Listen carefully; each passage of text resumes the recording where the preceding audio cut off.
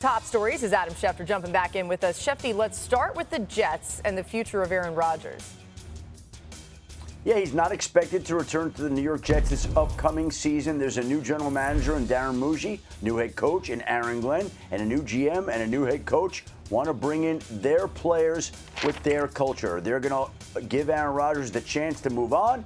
It looks like he still would like to play. We'll see where he decides to play in 2025, but it is not going to be, in all probability, with the New York Jets. And the same is probably true for Davante Adams, who came to New York to play with Aaron Rodgers. But now that Rodgers is moving on, Davante Adams is expected to do the same. It looks like he'll have a new home in 2025 as well. Any number of teams need a wide receiver this offseason, and in an offseason that'll be filled with wide receiver movement that's expected to include the trade of 49ers wide receiver Deebo Samuel, who was granted permission this past week to seek and find a new trade partner. It's the second time in a few years that Deebo Samuel has requested a trade from the 49ers. This time they are expected to oblige his wishes. They informed him of that this past week. He had told Kyle Shanahan in the players' exit meetings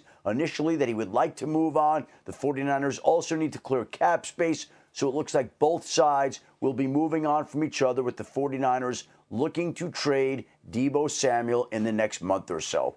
So interesting. There's a lot to dive into here, Shefty. We've got the 10 most notable wide receivers available this offseason right there on your screen. Look at all these guys. The majority are free agents, but those bottom three, Davante Adams, Cooper Kupp, Deebo Samuel, they're under contract next season, but they're likely available via trade. We've certainly heard from them that that's going to happen potentially. All right, let's start with Deebo. Mina, is there a spot for you outside of San Francisco that you think makes sense?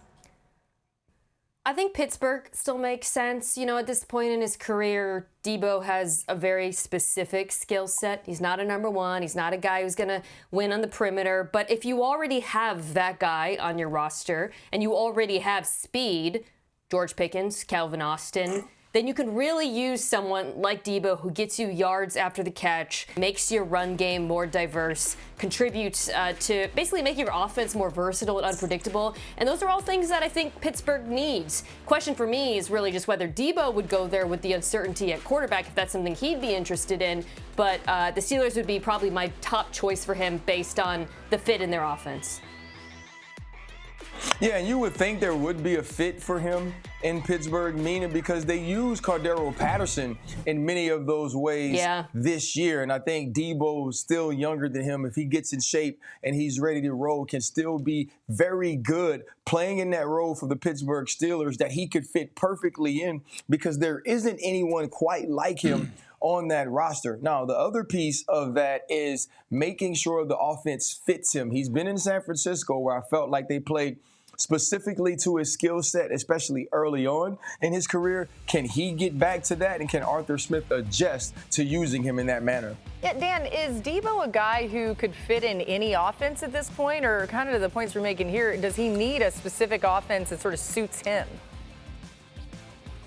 He definitely needs a specific offense to thrive. You know, he could probably go play wide receiver at a bunch of places, but for him to be put in his ideal situation, it is in that kind of joker role where you're just trying to get him different kinds of touches. That's the one that Kyle Shanahan has utilized. So to RC's point, you're talking about coaches that run very similar trees that you would entertain. Atlanta makes a little bit of sense to me for Zach Robinson.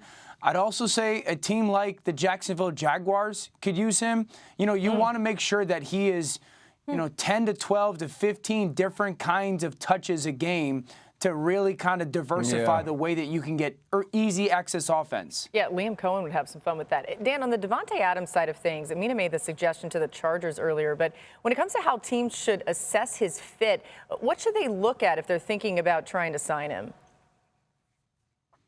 Your quarterback's got to have a pretty good understanding of feel. You know, Davante is such a feel wide receiver. He's not wearing people out like he used to with his routes. So in zone coverage, you got to know that he's going to kind of know where the soft spot is. And that ball's got to come out relatively quickly. He's got to have a comfort level with choice routes, meaning that I can go in, out, or sit. And then also in man coverage, making sure that you could throw him away from that coverage, throw him away from a covered defensive back. And so I agree with the Chargers run. I would echo the Pittsburgh thought. I'd also throw these two out there, Baltimore maybe, and then also Dallas. You know, many of us have been adamant, someone opposite CeeDee Lamb, and I think that could be a good option. Yeah. You know, I love the Chargers because you pair him. I'm sorry, Mina. You can pair him with an elite passer in Justin Herbert, but I also think he needs to be in a place where you're not asking him to be a dominant number one wide receiver. I still believe he has all the skill. And if you look at the Miami game, you look at the Jacksonville game, he can still exploit defenses when he gets favorable one-on-one matchups. But if he can now be a part of a good skill group with other players around him, I believe that's where we can see Davante Adams ceiling now. And then he'll still have those days where you'll reminisce of what he and Aaron Rodgers were in Green Bay. Yeah, to go back to I like the Cowboys idea, but to go back to the Chargers, I also just really like what he would do for Justin Herbert. Yeah. Because Herbert's still a young quarterback, guys. And when you don't play enough with receivers where you develop that trust in them to win downfield, you stop making some of those anticipatory throws. And I think bringing in Adams, a guy who would almost coax that sort of aggression back out of Herbert, get him to make some of those back shoulder throws. I think it would have a good impact on him as a quarterback at this point in his career, in addition to obviously helping the offense. Yeah, I like the Chargers also because you're always, if you're the Chargers, not always right now, but you're really focused on, Ladd McConkey's really good.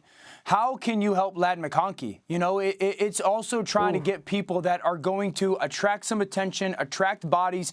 You look at the bottom of your screen, you see Davante Adams. He had 85 for over 1,000 this year. If he can replicate something similar to that with Ladd McConkey, I think that really elevates the Chargers' pass offense. Yeah, we saw an offense definitely lean a little bit more run-heavy than they had in the past with Harbaugh coming in there, but certainly the opportunity to add a big-time playmaker, I love it.